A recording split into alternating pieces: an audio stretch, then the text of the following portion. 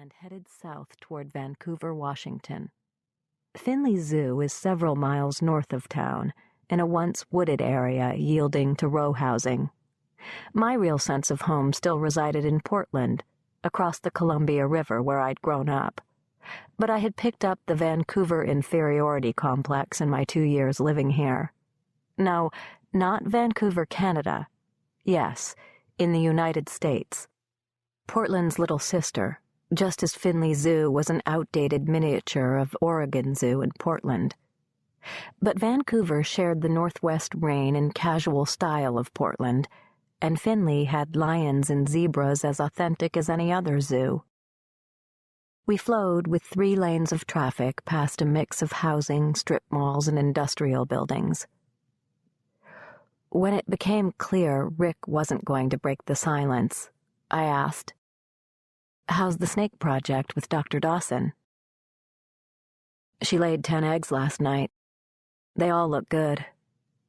Why wasn't he crowing to me? He and the zoo vet had worked hard for this, tinkering with diet and temperature. I shoved fatigue and worry aside. "That's really great.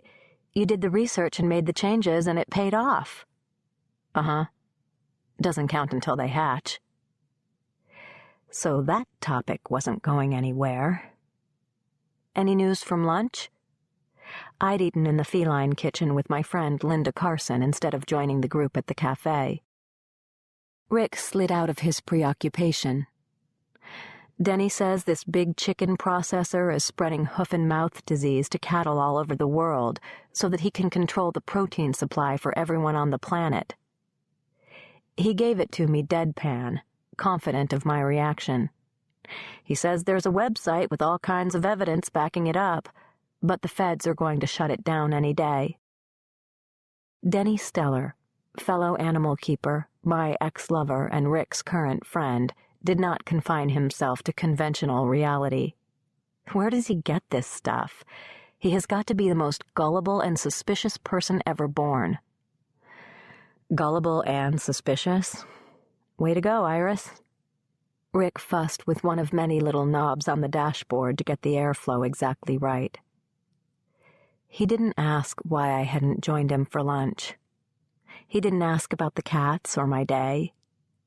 I told him anyway. "I'm doing a morning session and an afternoon session with Spice. She's picking it up fast. We're having a good time. I wish I'd started this a year ago." "Good day, huh?"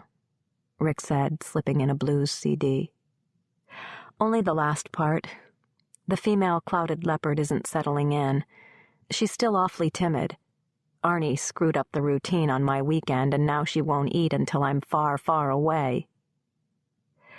I supposed briefly that it was unfair to blame Arnie Bertram for my troubles, since he rarely worked felines. He was primarily the bear keeper, and couldn't be expected to know everything.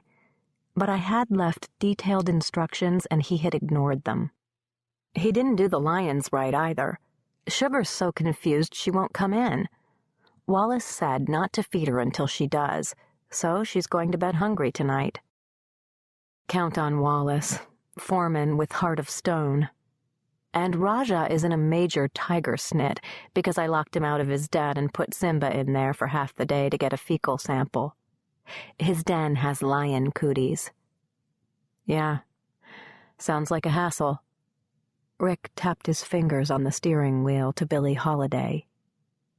"The way you hold your knife, the way we danced till 3, the way you changed my life. No, they can't take that away from me." After a mile or two of silence, I said, "You're good at training. Maybe you could come by late tomorrow and watch a session with Spice. Give me some pointers." "Sure." Dial tone. "File not found. Please call again during our regular business hours." I decided my feet would rot if I left them wet another minute. I leaned forward against the seat belt to unlace them. And my boots leak. "We'll go out and have some fun tonight." He smiled at the prospect already there. We were off the freeway and heading through the outskirts of Vancouver, the north end of town.